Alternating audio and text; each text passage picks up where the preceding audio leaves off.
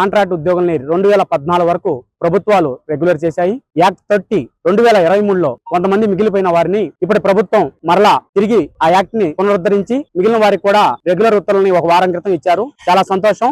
Contract ఉద్యోగులందరి తరపున ప్రభుత్వం వారికి కృతజ్ఞతలు తెలుపుతున్నామండి. అదేవిధంగా 2014 తర్వాత ఈ రాష్ట్రంలో చేరిన కాంట్రాక్ట్ ఉద్యోగులందరినీ రెగ్యులర్ కోసం ప్రభుత్వం చర్యలు చేపట్టవలసిందిగా కాంట్రాక్ట్ ఉద్యోగులందరి తరపున మేము కోరుతున్నామండి.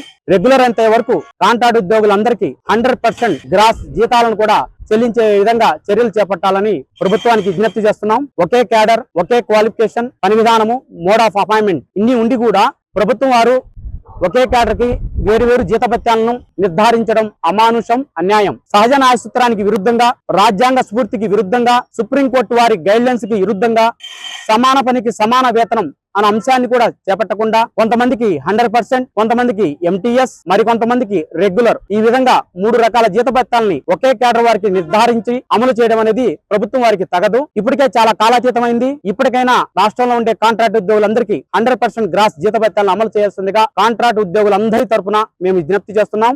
ఒక కాంట్రాక్ట్ ఉద్యోగి చనిపోయినప్పుడు సహజ మరణానికి 2 లక్షలు, ప్రమాదవశాత్తు మరణించినప్పుడు 5 లక్షలు ఇచ్చేటట్టు ప్రభుత్వం వారు గతంలోనే ఉత్తర్వులు ఇచ్చున్నారు. ఆ మొత్తాన్ని పెంచవలసిందిగా కాంట్రాక్ట్ ఉద్యోగులందరి తరపున నేను ప్రభుత్వం వారికి మా విషయం మీద సానుకూలంగా స్పందించాల్సిందిగా, మానవతా హృదయంతో మమ్మల్ని కరుణించవలసిందిగా వేడుకుంటున్నాను. చనిపోయిన వారి కుటుంబాల్లో ఒకరికి ఉద్యోగ భద్రత, ఆర్థిక భద్రత కల్పించాల్సిన బాధ్యత ప్రభుత్వం అన్న సంగతి మరవకూడదు. కాంట్రాక్ట్ ఉద్యోగులకి రెగ్యులర్ ఉద్యోగుల మాదిరి హెల్త్ కార్డ్స్ ను మంజూరు చేయాలి. కాంట్రాక్ట్ ఉద్యోగులందరికీ నగదుతో కూడిన మెడికల్ లీవ్స్ ని ఏర్పాటు చేయాలి. చాలీచాలని జీతాలతో పనిచేసే ప్రాంతానికి, ఇంటికి దూరంగా ఎంతో ఒత్తిళ్లతో ఈ రోజు ఈ రాష్ట్రంలో కాంట్రాక్ట్ ఉద్యోగులు అష్ట కష్టాలు పడుతున్నారు. అందువలన మెడికల్ లీవ్స్ సంవత్సరానికి ఒకసారి నగదుతో కూడింది ఇవ్వడం వలన ఆరోగ్యపరంగా, ఒత్తిడికి దూరంగా కుటుంబానికి గడపడానికి ఎంతగానో ఉపయోగపడుతుంది. కాబట్టి ప్రభుత్వం వారు ఆ దిశగా కాంట్రాక్ట్ వారు అందరికీ మెడికల్ లీవ్స్ సంవత్సరానికి ఒకసారిగా ఏర్పాటు చేయాల్సిన బాధ్యత ఉన్నది. అలాగే NHM నేషనల్ హెల్త్ మిషన్ లో అర్బన్ PHC లో పనిచేసే ఉద్యోగులకి సమయ పాలన ఉదయం 9 నుంచి సాయంత్రం 4 గంటల వరకు ఇప్పుడు 5 వరకు ఉందండి. దాన్ని కుదించాలని NHM ఉద్యోగుల పక్షాన మేము విజ్ఞప్తి చేస్తున్నాం.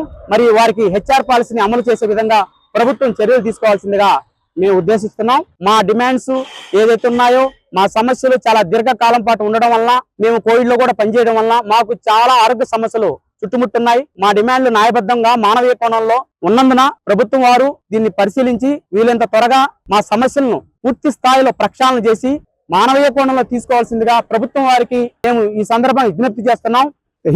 చేస్తున్నాము, మెడికల్ లీవ్లు అంటున్నాము, ట్రాన్స్ఫర్స్ అంటున్నాము. ఇవన్నీ కూడా యాజ్ పర్ న్యాయపరంగా ఎత్తుకుంటే వాటికి కాంట్రాక్ట్ ఉద్యోగులకి ఆ పాలసీలో లేవంటారు. జనరల్ అడ్మినిస్ట్రేషన్ డిపార్ట్మెంట్ లో మీకు కాంట్రాక్ట్ వాళ్ళకి ఇటువంటి అన్ని వర్తింపు కావు. మీరు ఒక పాలసీలో మీరు కాంట్రాక్ట్ టెన్యూర్ పెట్టి మీరు ఒక సంవత్సరంలో 11 నెలల 29 రోజుల వరకే మీకు ఒక టెన్యూర్ ఉంటుంది అని చెప్పేసి మమ్మల్ని వాళ్ళ నియమ నిబంధన చట్టాల పరిధిలో మేము బంధించి చాలా వరకు మా హక్కులు కోల్పోతున్నాం, ఆర్థిక ప్రయోజనాలు కోల్పోతున్నాం. సో ఇందువల్ల ఏంటంటే మేము తీసుకున్న స్టాండ్ ఏంటంటే రెగ్యులేషన్ అనేది బేషరతుగా గవర్నమెంట్ ఒక నిర్దిష్ట గడువుని ప్రకటించి విధి విధానాలు గురించి దశల వారీగానైనా ఆర్థిక అంశాలు ముడిపడి ఉంటాయి. ఆర్థికంగా ఒక రాష్ట్రానికి ఒక సమస్యలు ఉంటాయి, ఛాలెంజెస్ ఉంటాయి. సో మేము వాటిని అర్థం చేసుకుని ప్రభుత్వంలో భాగం కాబట్టి మేము ఉద్యోగులను కూడా ప్రభుత్వంతో సహకరించాలి. కాబట్టి ఎటువంటి మేము నిరసన ఆందోళన కార్యక్రమం చేపట్టకుండా ప్రభుత్వానికి ఇదేత చూపుతూనే మా యొక్క ఆకలి బాధలు మేము ఎదుర్కొంటున్న సమస్యలను వారి దృష్టికి తీసుకొస్తున్నాం. ముఖ్యంగా వైద్య ఆరోగ్య శాఖ కాంట్రాక్ట్ ఎక్కువ మంది ఉన్నారు. 95% అబో ఎక్కువ మంది దీంట్లో ఈ వైద్య ఆరోగ్య శాఖలో ఉన్నారు. దయచేసి ప్రీతమ గౌరవ ముఖ్యమంత్రి వర్యులు చంద్రబాబు నాయుడు గారు కానీ, లోకేష్ బాబు గారు కానీ, అదేవిధంగా డిప్యూటీ సీఎం పవన్ కళ్యాణ్ గారు కానీ ఒక్కసారి కూటమి ప్రభుత్వం మా వైపు ఒక్కసారి చూపు చూడండి. అందమైన పెళ్లి, అద్భుతమైన షాపింగ్, శుభమస్తు షాపింగ్ మాల్. సంబరాల పెళ్లి, సంతోషమైన షాపింగ్, శుభమస్తు షాపింగ్ మాల్. ఇంట్లో పెళ్లి అంటే ఆనందం, సంబరం, ఇంకా చాలా షాపింగ్. వధువు పట్టు చీరల నుండి వరుడు శర్వాణీల వరకు, అమ్మా నాన్నల డ్రెస్సుల నుండి పిల్లల ఫ్యాషన్ వరకు, పెళ్లికి కావలసిన ప్రతి ఒక్కరి డ్రెస్సులు ఒకే చోట మన శుభమస్తు షాపింగ్ మాల్ లో. ట్రెడిషనల్ అండ్ మోడర్న్ కలెక్షన్స్, ఇలా మొత్తం ఫ్యామిలీ కోసం. శుభమస్తు shopping mall, BRC centre, Nellore.